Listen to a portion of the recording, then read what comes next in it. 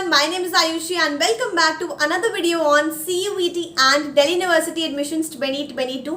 आज की वीडियो में भी हम कुछ सेंट्रल यूनिवर्सिटी का जो एंट्रेंस टेस्ट होने वाला है यानी कि CUET 2022 उसके रिगार्डिंग कुछ क्वेरीज को आंसर कर रहे होंगे, तो प्लीज़ वीडियो को एंड तक देखना। जितने भी CUET के एस्पिरेंट्स हैं उन लोगों के लिए ये वीडियोस बहुत ज़्यादा इंपॉर्टेंट है, तो प्लीज़ टू वॉच इट। इसके कुछ पार्ट्स 3-4 वीडियोस ऑलरेडी मैं बना चुकी हूँ, चैनल पर है, सबका लिंक डिस्क्रिप्शन में है, जाकर देख लो, अपने डाउट्स क्लियर कर लो। एंड बस चलते हैं आज की वीडियो की तरफ। So now moving on to the number 1 question for this video. ये क्वेश्चन हमारा स्लॉट से रिलेटेड है। क्वेश्चन ये है कि can we leave one domain subject blank in slot 1 and put it to slot 2 so that I can balance. Simple सा question है, slot के ऊपर ये बेस्ड है। इस केस में मैंने जाकर एक और बार डॉक्यूमेंट को पढ़ा एंड उसमें I found that a candidate can select slot 1 और स्लॉट 2 और बोथ। हर जगह और दे रखा है, यानी कि आप बिल्कुल फ्री हो ये स्लॉट्स चूज करने में। देखो सिंपल सी बात है, अगर मैं एक एग्जांपल लेके बताऊं, अगर मुझे सपोज BMS करना है, उस केस में मुझे एक लैंग्वेज देनी है, एक मुझे जनरल टेस्ट देना है और एक डोमेन देना है मैथ्स। यहाँ पर अगर मैं स्लॉट 1 में डालती हूँ अपना लैंग्वेज इंग्लिश, फिर मैथ्स, फिर जनरल टेस्ट, तो मेरा स्लॉट 1 में सारे पेपर्स खत्म हो गए, आई एम डन। तो मेरे को स्लॉट 2 देना कंपल्सरी नहीं है। सिमिलरली अगर सपोज मुझे BMS के साथ साथ मैथ्स ऑनर्स भी टारगेट करना है, तो मुझे डोमेन भी सब्जेक्ट्स देने पड़ेंगे। तो मैंने इंग्लिश दे दिया, फिर मैथ्स दे दिया, फिजिक्स दे दिया, जनरल टेस्ट दे दिया एंड स्लॉट 2 में मैंने अपना केमिस्ट्री दे दिया। सपोज एग्जाम्पल है, तो मेरे दोनों स्लॉट्स ऑक्यूपाई हो गए। स्लॉट ऐसा भी हो सकता है कि सिर्फ स्लॉट 1 देना हो, ऐसा भी हो सकता है कि स्लॉट 1 और स्लॉट 2 दोनों देने, और ऐसा भी आप कर सकते हो कि आप स्लॉट 2 में पेपर्स डालो। लेकिन एक चीज़ की क्लैरिटी बस नहीं है, वो ये है कि जो हमें लैंग्वेज देनी, जो हमारा मीडियम होगा ना पेपर का, वो हमें शायद सिर्फ स्लॉट 1 में ही देनी है। बस ये एक चीज़ मुझे थोड़ी सी क्लियर नहीं है। उसके अलावा ये चीज़ बिल्कुल आप कर सकते हो, जिसने भी क्वेश्चन पूछा है आप कर सकते हो। आप ज़रूरी नहीं है कि आपको स्लॉट 1 में 2 डोमेन के सब्जेक्ट देने ही दे रहे हैं, नहीं देने मन नहीं है, स्लॉट 2 में दे दो चलेगा, लेकिन जनरल टेस्ट खाली आप स्लॉट 1 में दे सकते हो, इतना याद रखना। आई होप कि ये क्लियर है। इसके अलावा हर सब्जेक्ट इंडिपेंडेंट है, किसी सब्जेक्ट का किसी पे कोई डिपेंडेंस नहीं है, ये भी चीज़ याद रखना। अगर अभी भी क्लैरिटी नहीं है तो प्लीज़ कमेंट्स में बता दो, मैं फिर से जाकर रिसर्च करूँगी, ठीक है। तो गाइस स्लॉट फिलिंग पे एक डिटेल वीडियो मैंने ऑलरेडी बना रखी है, यहाँ पर आपको दिख रही होगी, उसको जाकर भी यू कैन वॉच एंड उसके बाद आपको काफ़ी ज़्यादा क्लैरिटी मिल जाएगी रिगार्डिंग स्लॉट फिलिंग। आराम से फॉर्म फिल करना उसको देखने के बाद। Going further in the video, if you guys want to practice for CUET MCQs according to the paper pattern mentioned by NTA itself, then you can do so by referring to the books by EduCard. Now EduCard books, they contain both the past year papers as well and mock test as well. Now EduCard has launched its practice paper books for all the main subjects from all 3 sections, covering section 1A, section 2 as well as section 3, and these books are available both in Hindi as well as English. Moving on to the contents of the book, we have theory which includes mind maps on full syllabus from MCQ point of view. Then we have past year papers. There are 4 papers of CUET given here. All the relevant things are covered and they are completely solved as well. Then we have practice papers, around 12 to 15 practice papers are there with detailed explanation and answers. Now even if you have not covered a particular topic for your board preparation, those topics are already covered in these MCQs. These books are strictly designed on the upcoming CUET paper pattern, as now as we can see that you will see a proper division of topics. If we can see for English, we have reading comprehensions, then we will have a proper division of vocabulary and grammar as well, and you can see that the number of questions are also the same according to the pattern.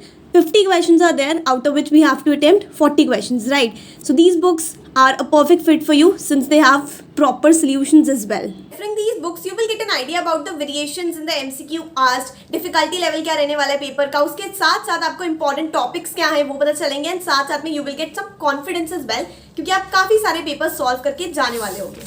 And now moving on to the next question that we have is, next question थोड़ा related है, 2 questions को साथ में club किया है। सबसे पहला हमें ये पूछा गया है कि 12th में मेरे पास PCM थी and I want to get admission in BA programme, so can I choose maths as a domain subject. And second question इससे रिलेटेड ये है कि क्लास 12th में साइंस थी, तो क्या मैं एडमिशन BSc में ले सकती हूँ या फिर BA में भी ले सकती हूँ।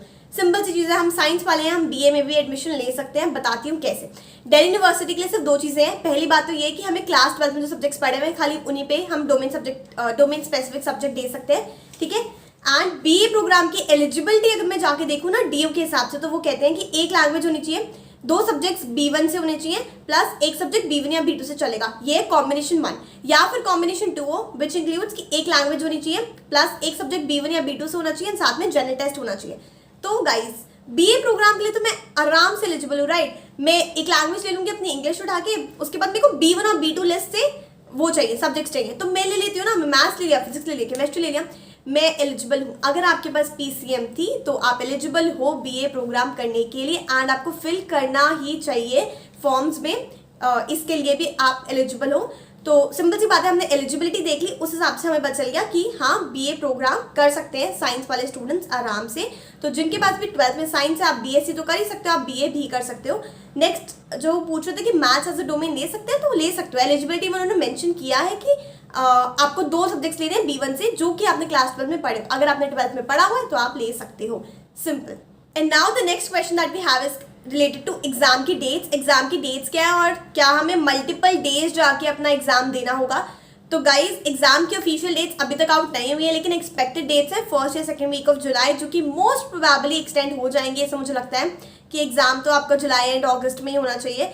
इसके बाद जो नेक्स्ट आता है क्वेश्चन कि एक बच्चे को कितने बार जाना पड़ेगा, कितने दिन जाना पड़ेगा? तो सिर्फ एक दिन।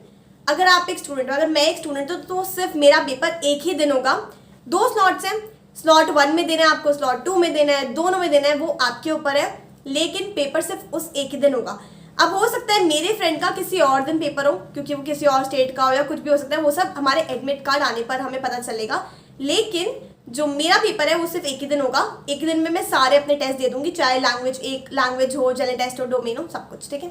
Now moving on to the next question which is regarding BTech from DU।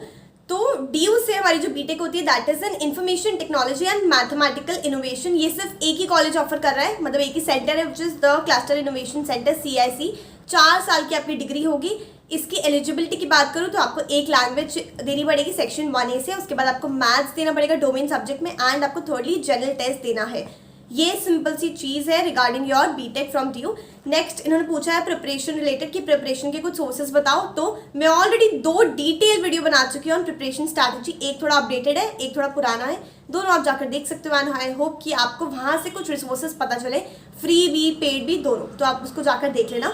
Moving on to the next question जल्दी से, विच इज की सब्जेक्ट कॉम्बिनेशन बताओ फॉर BA ऑनर्स इकोनॉमिक्स। अब मैंने पहले भी बताया, चलो मैं बता देती हूँ अभी फॉर BA ऑनर्स इकोनॉमिक्स, क्योंकि स्पेसिफिकली इंस्टाग्राम की स्टोरी पर ये आया था, तो I am telling you. But अगर आपको स्पेसिफिकली जानना है हर कोर्स के लिए DU में कि क्या क्या एलिजिबिलिटी है, तो सिंपल सा मैंने बताया, एक वीडियो बना रखी डिटेल, उधर जाकर आप देख लो। हर कोर्स के लिए मैंने बताया उसमें कि क्या क्या आपको चाहिए। For economics honours you want 1 language from section 1A, उसके बाद आपको मैथमेटिक्स देना पड़ेगा, एंड थर्डली आपको 2 सब्जेक्ट्स चूज करने हैं, जिनमें से एक सब्जेक्ट आपका B1 में से होना ही चाहिए, सेकंड आपका या तो B1 से हो या फिर B2 से हो, चलेगा। ये हो गया हमारा। And now moving on to the final question that we have for today's video is how many maximum courses can one apply for. इसका सिंपल सा आंसर है एनी नंबर ऑफ कोर्सेज। आपके पास फुल लिबर्टी है to apply for any number of courses. इसलिए एक suggestion है मेरी तरफ से, विच इज की आप जब भी फॉर्म फिल कर रहे हो CBT का, उसमें maximum number of subject select करो। जितने भी सब्जेक्ट्स आपके पास क्लास 12th में थे, मेरे हिसाब से सेलेक्ट कर दो, देखा जाएगा। क्योंकि अगर मेरे पास BA में, अगर सपोज मैं अपना एग्जाम्पल लेती हूँ, मेरे पास PCM थी, physics chemistry maths computer science and English, and अगर मुझे BMS टारगेट करना है, तो मैंने इंग्लिश पढ़ा, मैथ्स पढ़ा, जनरल टेस्ट पढ़ा, ठीक है। अब मेरे को क्या पता मेरे को BMS मिल ही जाएगा, क्या पता मुझे मैथ्स ऑनर्स की जरूरत पड़ जाए। मैथ्स ऑनर्स के लिए मुझे चाहिए होंगे अपने डोमेन के सब्जेक्ट्स भी, यानी कि फिजिक्स केमिस्ट्री ऐसे भी सब्जेक्ट्स चाहिए, तो मैं क्यों ना वो भी भर दूँ, राइट। कुछ मेरा जा नहीं रहा है उसमें, कुछ एक्स्ट्रा पैसे नहीं लग रहे, तो मैं क्या करूँगी, अपने सब्जेक्ट्स में सारे सब्जेक्ट्स भर दूंगी। आपके पास हाँ स्लॉट वाले पैसे लगेंगे, वो आई अंडरस्टैंड, बट मैं सारे सब्जेक्ट्स भर दूंगी। मैंने इंग्लिश पढ़ दिया, मैथ्स पढ़ दिया, फिजिक्स पढ़ दिया और जनरल टेस्ट पढ़ दिया। स्लॉट 2 में आके मैंने केमिस्ट्री पढ़ दिया, कंप्यूटर साइंस पढ़ दिया, ठीक है। मैं इससे बहुत सारे और भी कोर्सेज के लिए एलिजिबल हो जाऊंगी। अब मैं ऐसा क्यों बोल रही हूँ, आप भी बोलोगे दीदी अगर हमारा मनी नहीं है उस कोर्स के लिए, तो ना दिल्ली यूनिवर्सिटी में सिर्फ कोर्स नहीं चलता है, एक और चीज़ चलती है दिल्ली यूनिवर्सिटी में, विच इज़ कॉलेज। काफ़ी सारे स्टूडेंट्स हमारे कुछ ऐसे कोर्सेज भी कर रहे होते हैं, जिसकी हिंदी ऑनर्स, संस्कृत ऑनर्स, जिनमें उनको इंटरेस्ट नहीं भी होता, काफ़ी बार इंटरेस्ट नहीं होता फिर भी, लेकिन वो अच्छे कॉलेजेस से कर रहे होते हैं, टॉप के कॉलेजेस से, हिंदू और आपके मिरांडा, वेंकी, जितने भी आपके टॉप के कॉलेजेस हैं उनसे भी कर रहे होते हैं। तो आपका कॉलेज से भी फर्क पड़ता है, आपके ब्रांड नेम से भी फर्क पड़ता है। इस केस में आपको रिस्क नहीं लेना चाहिए। एंड अभी CBT के फॉर्म्स क्योंकि आप भर रहे हो तो भर दो, कोई टेंशन वाली बात नहीं है, ठीक है। सो या this was all about today's video. I hope that you really like this video. अगर और भी कुछ डाउट्स रह गए हैं तो बाकी वीडियो जाके चेक कर लेना जिनमें मैंने और भी डाउट्स आंसर किए, नहीं तो आप कमेंट्स में मुझे बता सकते हो। And yeah I will see you in the next video. Till then keep watching my other videos. Bye.